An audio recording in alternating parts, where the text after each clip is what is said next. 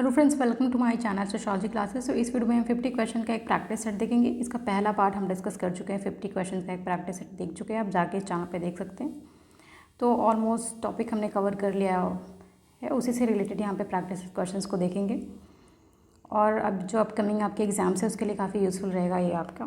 तो आप कोशिश करिए कि आप कितने ज़्यादा प्रैक्टिस सेट सॉल्व कर सके और PY सॉल्व कर सके, जिससे आपको एक आइडिया लग जाएगी इस तरह से क्वेश्चन आते हैं। और आप बार बार रिवाइज करिए जो भी आपने टॉपिक्स कवर किए हैं, जो भी आपके सिलेबस में टॉपिक है। तो देखते हैं। स्टेटमेंट है कि किसने कहा कि समाज एक संतुलन की व्यवस्था है?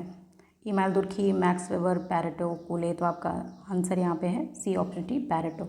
ये स्टेटमेंट काफ़ी इंपॉर्टेंट है, कई बार एग्जाम में पूछा है, आप इसको नोट डाउन कर लीजिएगा कि समाज एक संतुलन की व्यवस्था है, ये पैरेटो ने बोला है। इनकी एक बुक है माइंड एंड सोसाइटी, काफ़ी इंपॉर्टेंट है। इन्होंने सामाजिक परिवर्तन का चक्रीय सिद्धांत दिया था, ये भी ध्यान में रखिएगा। और इन्होंने समाज में 2 वर्गों की बात की थी, उच्च वर्ग या अभिजात वर्ग और निम्न वर्ग। और इन्हीं दोनों वर्गों के बीच में परिवर्तन होता है एक चक्रीय क्रम में, ये बात करते हैं। अब नेक्स्ट क्वेश्चन देखते हैं कि निम्नलिखित में से किस पुस्तक में लिंटन ने सामाजिक प्रास्थिति को प्रदत्त प्रास्थिति और अर्जित प्रास्थिति इन 2 भागों में वर्गीकृत किया है? Man and culture, pattern of culture, primitive culture, the study of man. तो जब हम भूमिका और प्रास्थिति को डिस्कस कर रहे थे तो यहाँ पे बताया था कि लिंटन ने किस अपनी बुक में इसकी बात की थी। तो इसका जो आंसर है ऑप्शन डी होगा, द स्टडी ऑफ मैन। अब इसका ईयर कमेंट सेक्शन में बताइए कि इन्होंने किस ईयर में द स्टडी ऑफ मैन लिखी थी। ये भी इंपॉर्टेंट, कभी कभी ईयर भी पूछ लेते हैं बुक्स का, जो इंपॉर्टेंट बुक्स होती है। निम्नलिखित में नेक्स्ट देखते हैं, निम्नलिखित में से कौन सा एक अर्जित प्रास्थिति का उदाहरण है? तो आप देखिए यहाँ पे प्रास्थिति से संबंधित अप्लाइड सेक्शन से आपसे क्वेश्चन पूछा है, थेरी से नहीं। तो पहला जो है जाति की सदस्यता, किसी चिकित्सक का पुत्र होना, इंजीनियर बनना, भ्रातृत्व। तो यहाँ पे 2 प्रास्थिति होती है, अर्जित प्रास्थिति और एक जन्मजात प्रास्थिति होती है। तो अर्जित प्रास्थिति होती है जिसे हम अपने जन्म से जिसे मेहनत से प्राप्त करते हैं। जो प्रदत्त प्रास्थिति होती है जो जन्म से हमें प्राप्त होती है। तो अर्जित प्रास्थिति जो, इसका जो आंसर होगा ऑप्शन सी, इंजीनियर बनना।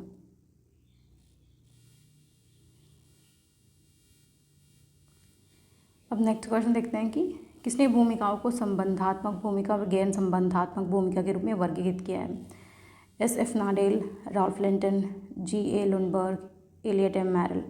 तो ऑप्शन ए होगा, F नाडेल बात करते हैं संबंधात्मक भूमिका और गैर संबंधात्मक। ये क्वेश्चन भी काफ़ी इंपॉर्टेंट है, कई बार एग्जाम में पूछा गया, आपसे देख लीजिएगा। भूमिका संघर्ष में भूमिका प्रतिपादन के तरीकों का प्रतिपादन किसने किया है? तो यहाँ पे पूछा है कि भूमिका प्रतिपादन के किसने दिया है, के तरीकों का प्रतिपादन किसने दिया है? तो ये करते हैं राफेल नाडेल, लिंटन, मर्टन। तो भूमिका प्रतिपादन की बात मर्टन करते हैं, तो ऑप्शन डी। नेक्स्ट देखते हैं क्वेश्चन। अब आपको मैचिंग के लिए क्वेश्चन दिया गया है। ये कुछ भूमिकाएं दी गई, भूमिका ग्रहण, भूमिका निभाना आपको, और इसका एग्जाम्पल दिया, आप उसको मैच करना है। तो ऐसे मैचिंग के क्वेश्चन को सॉल्व करने का सबसे अच्छा तरीका बेस्ट ये है कि आपको वो आइडेंटिफाई करना है जो 100% श्योर है कि ये इसका मैच है। तो अगर एक मैच हो गया तो आप ऑप्शन में देख लीजिए, ज़्यादातर क्वेश्चंस में 1 या 2 ऑप्शंस को अगर आप मैच कर लेते हो सॉल्व हो जाता है, फिर चारों मैच करने की ज़रूरत नहीं होती, क्योंकि इसमें ज़्यादा टाइम कंज्यूम हो जाता है। तो देखते जो भूमिका ग्रहण है वो है क्या है? शेक्सपियर की भूमिका का स्टेज पर प्रस्तुतिकरण, छात्रों को अपने तरीके से पढ़ाना, बालक का माता के व्यवहार को स्वयं के लिए अनुकरण करना। तो भूमिका ग्रहण, भूमिका मतलब दूसरे की भूमिका को ग्रहण किया जाता है, उसको भूमिका ग्रहण का सीधा सा मतलब दूसरी की भूमिका की नकल करना। जैसे बालक अपने माता के व्यवहार को स्वयं के लिए अनुकरण करता है, तो इसका ऑप्शन होगा ए का तीसरा। तो इसमें देखते हैं ए का तीसरा, तो पहले ही ऑप्शन में हमें मिल जा रहा है और बाकी ये नहीं है, तो हम इसको पहले ही टिक कर देंगे, ए का 3, ए हो जाएगा। तो इसका आंसर आप ए देख सकते हैं। और आप इसे देख सकते हैं, बाकी भी है। भूमिका निभाना, शिक्षक के द्वारा छात्रों को पढ़ाना, किसी की भूमिका, शेक्सपियर की भूमिका का स्टेज पर किसी की भूमिका का प्रदर्शन, शेक्सपियर की भूमिका का स्टेज पर प्रस्तुतिकरण, भूमिका निर्माण, छात्रों को अपने तरीके से पढ़ाना। अब देखते हैं नेक्स्ट क्वेश्चन है, ये भी मैचिंग से बहुत सारे क्वेश्चंस आते हैं आपसे, बुक से रिलेटेड हो जाएगा या फिर थिंकर्स की आपके जो कंसेप्ट हैं, जो थ्योरी से रिलेटेड क्वेश्चंस पूछे जाएंगे आपसे। तो इसमें बुक से रिलेटेड क्वेश्चन पूछे गए, तो सेम हम इसमें भी देखेंगे, सेम तरीके से सॉल्व करेंगे। पार्क बर्गेस और मैकेंजी की जो बुक है वो है द घिट्टो, द सिटी, द होबो, द जैक रोलर। तो इनकी जो बुक है वो है द सिटी। ए का दूसरा हम देखते हैं किस में है, ए में भी है और ये तीनों ऑप्शन में है। तो नेक्स्ट देखते हैं लुई वर्थ की जो बुक है वो है, इनको जो बुक है वो है द घिट्टो। तो बी का पहला किस में है, तो देखते हैं इसमें ऑप्शन ए में है और तीनों में नहीं है, तो इसका भी ऑप्शन ए हो जाएगा। तो इस तरीके से आप देख सकते हैं कि हमने दो ऑप्शन को मैच कर लिया तो हमें वो ऑप्शन आंसर मिल गया। तो आपको पूरे देखने की ज़रूरत नहीं है, ज़रूरत नहीं कि आपको पूरे बुक का नाम याद हो। आपको एक दो बुक अगर है और वो मैच हो जा रहा है तो इस तरीके से क्वेश्चन ये सॉल्व हो जाएंगे। और बाकी की बुक्स भी आप देख सकते हैं यहाँ पे। हम नेक्स्ट देखते हैं निम्नलिखित में से किस एक ने मलिन बस्तियों में रहने वालों की आपराधिक क्रियाओं के वशन विहीन अपराध की अवधारणा का प्रतिपादन किया। ये सिंपली आपसे पूछ रहा है वशन विहीन अवधारणा किसकी है, टैफ्ट, सदरलैंड, सपोडानंद, क्लीनार्ड। तो इसका जो आंसर है वो आंसर ऑप्शन ए है, टैफ्ट ने वसन विहीन अपराध की अवधारणा दी थी। अब यहाँ पे ये भी आप सदरलैंड ने श्वेत वशन अपराध एवं साहचर्य विभेदक का सिद्धांत दिया था, ये याद रखिएगा। ये मोस्ट इंपॉर्टेंट क्वेश्चन है, कई बार रिपीटेड है। सदरलैंड ने श्वेत वशन अपराध की अवधारणा किसने दी थी, और इनका एक साहचर्य विभेदक का सिद्धांत भी इन्होंने दिया था। नेक्स्ट देखते हैं निम्नलिखित में से एक घिट्टो के वर्णन के सर्वाधिक निकट है। ये पूछ रहा है सिंपली घिट्टो का अर्थ क्या है। पश्चिमी समाज में पाई जाने वाली गंदी बस्तियाँ, नगर का परित्यक्त भाग, किसी निर्जात समूह द्वारा आबाद व गंदी बस्ती जो नगरीय जीवन के शेष भाग से पृथक हो। ये घिट्टो एक बुक है और एक कंसेप्ट भी है, इसको लुईस वर्थ ने दिया था जब ये अपनी नगरवाद की नगरों से संबंधित जब ये स्टडी कर रहे थे तब। तो ये घिट्टो का मतलब है कि मलिन बस्ती, जो गंदी बस्तियाँ होती हैं। तो ये इसका ऑप्शन हो जाएगा किसी निजात समूह द्वारा आबाद व गंदी बस्ती जो नगरीय जीवन के शेष भाग से पृथक हो, ऑप्शन सी होगा। ये आप डिटेल में पढ़ सकते हैं। इनकी जो बुक है द घिट्टो लुई वर्थ की, इन्होंने क्षेत्रों के निवासियों की समस्याओं का अध्ययन किया और ऐसे साधन विहीन समूह जिनका कुछ विशेष क्षेत्रों में जमाना हो जाता है जहाँ से निकलना उनके लिए प्राय दुष्कर होता है और वो एक दूसरे क्षेत्रों में बसने में समर्थ नहीं होते, ऐसे क्षेत्रों को घिट्टो नाम दिया जाता है। ये मेट्रो सिटीज़ में जो होती हैं। निम्नलिखित में से कौन सी विशेषताएं औद्योगिक समाज से संबंधित है। विशेषीकरण, अधिकतम उत्पादन, उपभोग के लिए उत्पादन, प्राथमिक संबंधों का प्रबुद्ध, हस्तचलित औजारों का प्रयोग। ये पूछा है औद्योगिक समाज से की विशेषताएं कौन है। तो विशेषीकरण हुआ, आपका अधिकतम उत्पादन होता है, उपभोग के लिए उत्पादन नहीं होता, वहाँ पे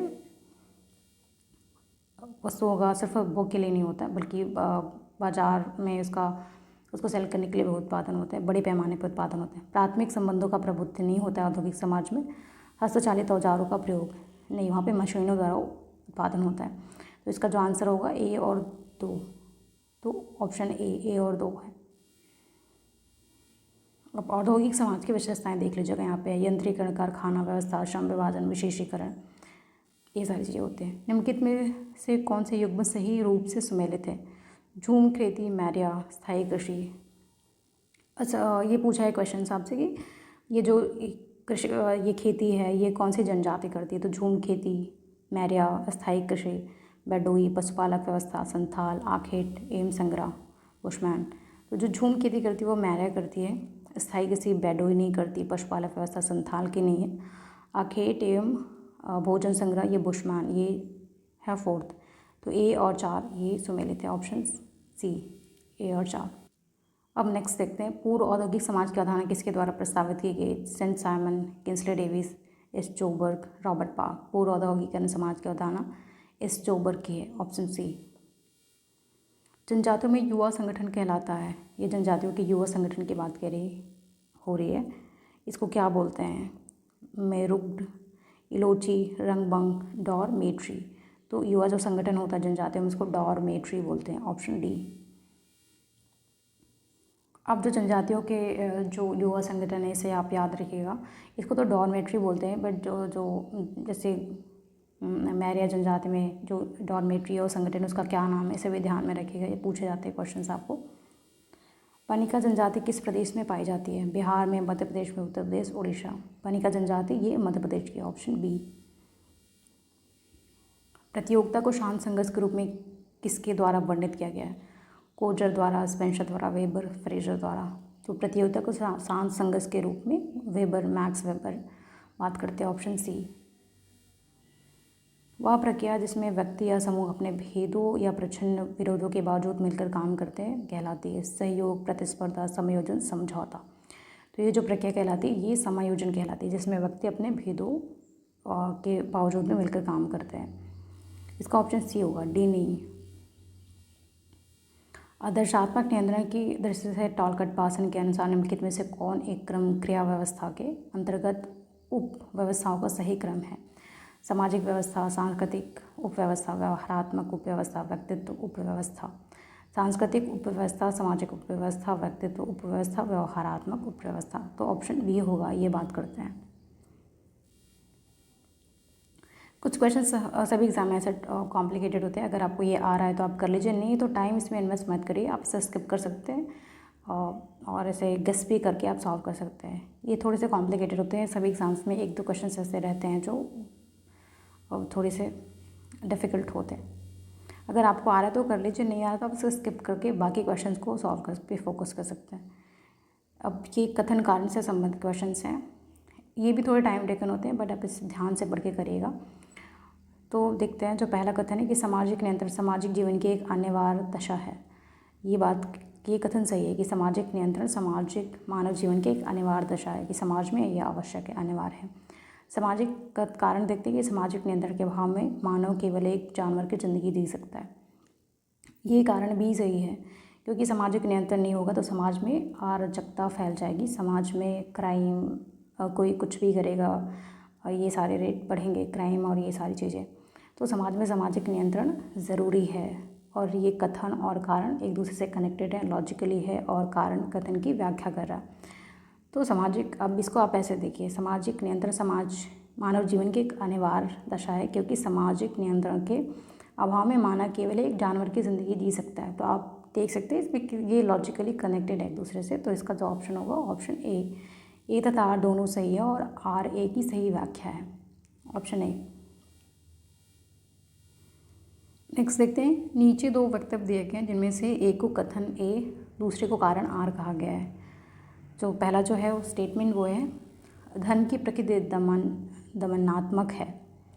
ये स्टेटमेंट सही नहीं है, धर्म जो है वो दमनात्मक नहीं होता है। तो पहला कथन तो हमारा गलत हो गया। तो दूसरा देखते हैं, कारण है धर्म मानव व्यवहार को नियंत्रित करता है। ये कथन सही है, ये जो स्टेटमेंट कारण है वो सही है। तो आपको करना क्या है, सिंपली अगर पहला गलत हो जाए तो आपको डी ऑप्शन देखना है कि ए गलत है परंतु आर सही है। तो आप उसको, अगर कोई भी कथन इसमें से गलत हो जाए तो आप सिंपली ऑप्शंस पे जाइए, अब इसके देखिए कि कौन सा ए गलत है, और अगर ये कारण गलत होता तो आप ये देख, अगर कथन ए सही होता तो आप सी ऑप्शन टिक कर सकते थे कि ए सही है परंतु आर गलत है। तो इसका ऑप्शन होगा ऑप्शन ए। धन की प्रकृति दमनात्मक नहीं होती, सृजनात्मक होती है। ये मानव जीवन के एक अनिवार्य पहलू है। अब नेक्स्ट क्वेश्चन देखते हैं। तो ये बुक है, कुछ बुक्स हैं और उनके लेखक को आपको मैचिंग करना है, ये कौन सी बुक किस लेखक की है। तो सबसे पहले ये आइडेंटिफाई करना है कि आपको जो 100% मालूम है। तो भारत में परिवार एवं विवाह ये बुक है, ये के.एम. कपाड़िया की बुक है। तो देखते हैं कि सी का दूसरा किस ऑप्शन में है। तो ये ए और सी दोनों में है, बाकी बी और डी में नहीं है। तो ये दोनों एलिमिनेट हो जाएंगे, आपको ए और सी में आइडेंटिफाई करना। आप इसी में से कोई एक ऑप्शन होगा। धर्म और समाज, ये राधा कृष्णन की बुक है, इसका ऑप्शन ए हो जाएगा। ये भी दोनों में है। अब आपको तीसरा भी देखना पड़ेगा। धर्मशास्त्र का इतिहास ये है, वी.पी. कांडे की बुक है। तो बी का तीसरा भी आपको देखना है। तो ये भी सेम है दोनों ऑप्शंस में। अब आपको किस में आइडेंटिफाई करना है कि समाज एवं पर्यावरण, ये किसकी बुक है, इसी से डिसाइड होगा कि कौन सा आंसर होगा। तो ये के मिश्र की बुक है, सॉरी ये समाज एवं, हाँ ये के मिश्र की बुक है, ऑप्शन ए डी। समाज एवं पर्यावरण के मिश्र की बुक है, जो डी का 4, ये ऑप्शन ए हो जाएगा इसका। तो आप इसे देख लेते हैं। बुक से रिलेटेड कई सारे क्वेश्चंस होते हैं, तो आप बुक्स को जब भी पढ़ने का कहीं भी प्रैक्टिस सेट में मिले आप उसे लिख लीजिएगा। धर्म और समाज, राधा कृष्ण धर्मसात का त्याग, वी.पी. कांडे की बुक है। भारत में परिवार एवं विवाह, ये के.एम. कपाड़िया की। कभी कभी इसका इंग्लिश वर्जन पूछता है आपसे, तो याद ये कंफ्यूज मत होइएगा कि marriage and family in India, ये के.एम. कपाड़िया की बुक है। जनरली यही पूछते हैं। समाज एवं पर्यावरण, ये के मिश्र की बुक है। कंसेप्ट ऑफ रिचुअल्स, नेक्स्ट देखते हैं। Concept of rituals in modern sociology theory पुस्तक किसने लिखी है। ये S C. Dube, R. N. Saxena, G S. Khore, A P. Nagendra, ये बुक है AP नागेंद्र की है, concept of rituals in modern sociological theory. धर्म की उत्पत्ति सिद्धांत में किसने शरीर आत्मा और स्वतंत्र आत्मा की बात प्रयोग की है? धर्म की उत्पत्ति के सिद्धांत ये में शरीर आत्मा और स्वतंत्र आत्मा की बात करता है। कौन करता है? तो E.B. Tyler, B. Malinowski, max मोरो, मैक्स वेबर। तो मैलिनोव्स्की तो होंगे नहीं धर्म की उत्पत्ति का सिद्धांत, मैक्स वेबर भी नहीं, मैक्स मोरो भी नहीं, तो ये टायलर बात करते हैं। ऑप्शन ए होगा। प्रोन्नति के मामले में आरक्षण लागू है केवल, आपस में ध्यान में रखिए, पूछ रहा है कि जो प्रमोशंस होते हैं वो किस में होता है, किन वर्गों में होता है? अनुसूचित जातियों और अनुसूचित जनजातियों के लिए, सिर्फ ST के लिए, अनुसूचित जातियों और पिछड़े वर्गों के लिए, अनुसूचित जातियों और अन्य पिछड़े वर्गों के लिए, उपरोक्त में से कोई नहीं। याद रखिएगा, जो प्रोन्नति में आरक्षण है, जो सरकारी नौकरियों में जो प्रमोशंस होते हैं वो पिछड़े वर्गों के लिए नहीं है। तो ऑप्शन B और C तो होगा नहीं, D भी नहीं होगा, तो ऑप्शन A हो जाएगा। ये SC ST के लिए होते हैं सिर्फ प्रोन्नति में आरक्षण, option A। Women and society in India नामक पुस्तक किसने लिखी है? देखिए, आप बुक से रिलेटेड किसने सारे क्वेश्चन हैं। लीला दुबे और पालिन कोलिंडा ने, लीला कस्तूरी और लीला दुबे, लीला गुलाटी और लीला कस्तूरी, नीरा देसाई और मैत्री Krishnaraj. The women and society in India book है वे नीरा देसाई और मैत्री कृष्णाराज, ऑप्शन D। निम्नलिखित में से किसने अनुसूचित जातियों के लिए आरक्षण का प्रतिशत उच्चतम है? यूपी में, महाराष्ट्र, पंजाब, तमिलनाडु। तो जो अनुसूचित जाति है उनके लिए जो आरक्षण का उच्चतम प्रतिशत है वो है तमिलनाडु, ऑप्शन D।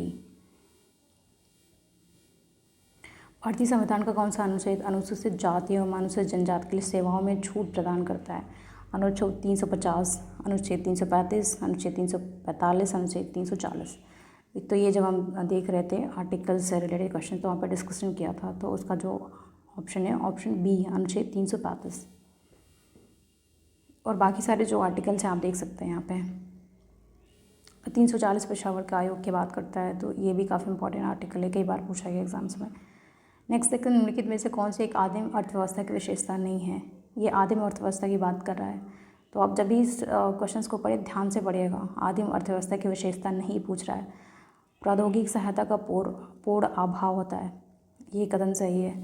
विनिमय वस्तु विनिमय व्यवस्था होती है। जीवन निर्वाह का स्तर, लाभ प्राप्ति का लक्ष्य, तो उसका ये सही है, A B C सही है, बट D जो है वो सही नहीं, लक्ष्य प्राप्ति नहीं होती। आदिम अर्थव्यवस्था की बात नहीं है, औद्योगिक समाज की बात हो रही है। औद्योगिक अर्थ समाज में, जो आधुनिक समाज है उसमें लाभ प्राप्ति का लक्ष्य होता है, ऑप्शन D। फ्रेडरिक ज़ेमैन्शन के अनुसार सांस्कृतिक प्रभु का आशय है संस्कृति दृष्टि संप्रभु जाति वह संस्कृति जो अन्य संस्कृति पर हावी छाई हुई हो, अत्यंत विषमरूपात्मक तत्वों से निर्मित सांस्कृतिक प्रतिमानों की एक नई व्यवस्था, सांस्कृतिक दृष्टि से प्रभावशाली व्यक्ति।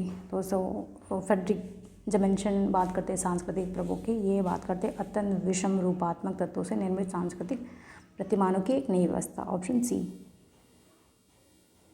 नेक्स्ट देखते हैं, ये आपको मैच करना है कि कौन सी जो कंसेप्ट है वो किसने दिया है, किस थिंकर ने दिया। आर्थिक युद्ध विकास की बात कौन करता है? प्रौद्योगिकी युद्ध विकास के बाद जनांकीय युद्ध विकास, धार्मिक युद्ध विकास की बात कौन करता है? तो हमें सबसे पहले देखना है कि प्रौद्योगिकी युद्ध विकास जो आपको पता है ये वेबलिन बात करते हैं, तो B का हमें देखना है सेकेंड ऑप्शन किस में है, तो ये A में है, B का पहला, A में है, B का सेकेंड। तो आप देखिए A में है, B में नहीं है, C में नहीं है, D में नहीं है, तो ये हमें एक से मैच करने से ऑप्शन में मिल गया, तो A का A ऑप्शन होगा इसका। और बाकी आप देख लीजिए, आर्थिक युद्ध विकास लोरिया बात करते हैं, प्रौद्योगिकी युद्ध विकास वेबलिन बात करते हैं, जनांकीय युद्ध विकास कोस्टे, धार्मिक युद्ध विकास किड बात करते हैं इसकी। तो नेक्स्ट क्वेश्चन देखते हैं, निम्नलिखित अवधारणात्मक ढांचे में से किस एक का प्रयोग मिल्टन सिंगर और मैकम मेरिट ने भारत में सामाजिक परिवर्तन से संबंधित अपने अध्ययनों में किया? संस्कृतिकरण और पश्चिमीकरण, लघु परंपरा, वृहत परंपरा, संरचनात्मक सिद्धांत, नियत विकासशील एवं विषम जाति प्रारूप। तो इसमें सीधा सा आपसे पूछ रहा है कि मैकम मेरिट ने अपने सामाजिक परिवर्तन से संबंधित कौन सी अवधारणाओं का प्रयोग किया है? तो मैकम मेरिट बात करते हैं लघु परंपरा, वृहत परंपरा, ऑप्शन B। नेक्स्ट देखते हैं कि संप्रेषणात्मक क्रिया का सिद्धांत किसने दिया है? Karl Popper, J Habermas, A.J. Gadamer, Nicholson, Hamann. ये option B, J Habermas बात करते हैं संप्रेषणात्मक क्रिया का सिद्धांत। किसने अर्थव्यवस्था को अधिसंरचना कहा? ये भी बहुत ही फेमस क्वेश्चन है, कई बार पूछा गया है। Marshall Davis MacIver Marx, option D. ये मार्क्स बात करते हैं अधिसंरचना और अधिसंरचना और अधोसंरचना की बात ये करते हैं दोनों।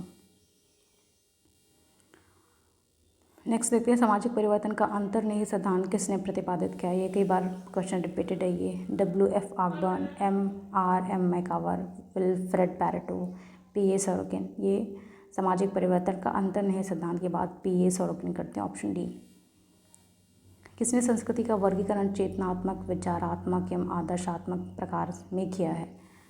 तो Thomas Ford, Herbert Spencer, Immanuel Keen, P.A. Sorokin. ये संस्कृति का 3 भागों में जब वर्णन करते हैं ये P.A. सॉरोकिन करते हैं, ये ऑप्शन डी। इनकी जो बुक है वो है social and culture dynamics 1937, most important है, इसी में इन्होंने उल्लेख किया है संस्कृति का।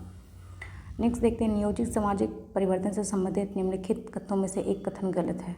ये पूछ रहा है, गलत है। नियोजित सामाजिक परिवर्तन सामाजिक प्रक्रियाओं के स्वाभाविक प्रकटन में व्यवधान पैदा करता है। नियोजित सामाजिक परिवर्तन पूर्ण रूपेण स्वीकृति एवं समग्र रूपेण संतुलन प्रभाव पैदा करता है। नियोजित सामाजिक परिवर्तन अनिवार्यता सदैव केवल भौतिक विकास पर ही केंद्रित नहीं रहता है।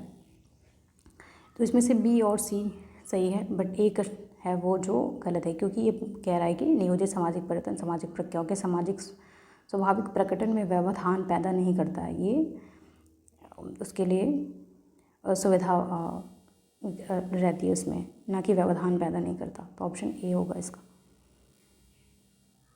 अब नेक्स्ट क्वेश्चन देखते हैं, किसने सामाजिक गतिशीलता को पुनरुत्पादक, प्रवासी और प्रौद्योगिकी स्वरूपों में वर्गीकृत किया है? P.A. सॉरोकिन, Joseph A call, Horton और Hunt, Frank Parkin. Option B, Joseph A Kahl बात करते हैं। अब नेक्स्ट देखते हैं स्थानीय स्तर पर किस निम्नांकित विकासात्मक योजनाओं में से किस एक योजना का निहितार्थ है लोगों का लोगों द्वारा लोगों के नियोजन? सामुदायिक विकास कार्यक्रम, समन्वित ग्रामीण विकास कार्यक्रम, सर्वोदय, अंत्योदय। इसका ऑप्शन होगा ऑप्शन ए, सामुदायिक विकास कार्यक्रम का ये निहितार्थ है, लोगों का लोगों द्वारा लोगों के लिए नियोजन। सामुदायिक विकास कार्यक्रम किस वर्ष लागू हुआ था? आप इसे बताइए। ये जो ग्रामीण विकास योजनाएं होती हैं उनसे उनका ईयर काफ़ी पूछा जाता है एग्जाम्स में, आप इसे कमेंट सेक्शन में बता सकते हैं। भारत में पर्यावरण सुरक्षा आंदोलन का प्रवर्तक किसे कहा जाता है? हेमंतवती नंदन बहुगुणा, स्वामी सहजानंद, सुंदरलाल बहुगुणा। तो ऑप्शन सी, ये पर्यावरण सुरक्षा आंदोलन के प्रवर्तक रहे सुंदरलाल बहुगुणा। इन्होंने चिपको आंदोलन की शुरुआत की थी यहाँ उत्तराखंड से। ग्रामीण विकास का प्राकृतिक व्यवस्था प्रारूप उन्मेषित है सामूहिक लक्ष्य की प्राप्ति की ओर, संगठनात्मक प्रारूप के मुद्दों की ओर, विशिष्टकारी दस्तकारी कुशलता की ओर, केवल एक उत्कृष्ट की ओर। तो ऑप्शन ए होगा, ग्रामीण विकास का जो प्राकृतिक व्यवस्था प्रारूप है वो है सामूहिक लक्ष्य की प्राप्ति की ओर, option A. Freedom, power and democratic planning पुस्तक किसने लिखी है? Sutherland, Sorokin, Karl Marx, Karl Mannheim. तो ऑप्शन डी होगा, कार्ल मैनहेम ने लिखी है freedom, power and democratic planning, option D. Marx ने सामाजिक परिवर्तन के सिद्धांत पर निम्नलिखित किन शब्दों का प्रयोग नहीं किया है? अब याद रखें, नहीं किया है इन्होंने। उत्पादन का ढंग, उत्पादन की शक्तियाँ, प्रौद्योगिकी, प्रविधियाँ, सांस्कृतिक विलंबना। तो इन्होंने 3 और उत्पादन के ढंग और उत्पादन की शक्तियों की बात की है। 3 और 4 जो है उत्पादन, प्रविधियाँ और सांस्कृतिक विलंबना की बात नहीं की है। तो ऑप्शन सी हो जाएगा 3 और 4। नेक्स्ट देते हैं अनुकूलनात्मक संस्कृति की अवधारणा किसने दी है? P.A. सॉरोकिन, W.F. ऑकबर्न, V. Pareto, T. Parsons.